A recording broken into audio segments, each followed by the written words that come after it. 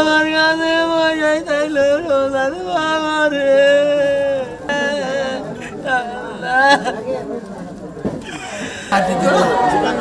আমি বলবো আমার ভাই মাটি ধ্বংস হয়ে গেল রে, আমার বংশ শেষ হয়ে গেল। আমি এসবে বাঁচতেছি না।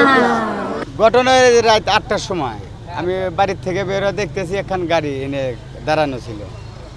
তে ওই গাড়ি দাঁড়ানো আসলে একটা মোটর সাইকেল 3জন লোক এই দিক থেকে আসতেছে, নলকার দিক থেকে আসতে, আর ওই গাড়ির পিছনে এসে গেছে।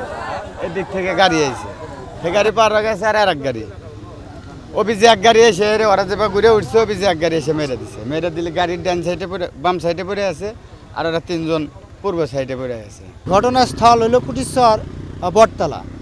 নলকা হইতে একটা মোটর সাইকেল 3জন লোক সহ সিরাজগঞ্জ যাইতে বাম সাইডে একটা গাড়ি ঠেকানো থাকে।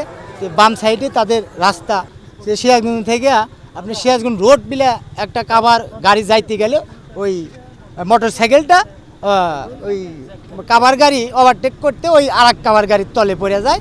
3জন লোক রাত 8টার সময় ঘটনাস্থলে 10 মিনিট পরে মনে হয় মারা যায়।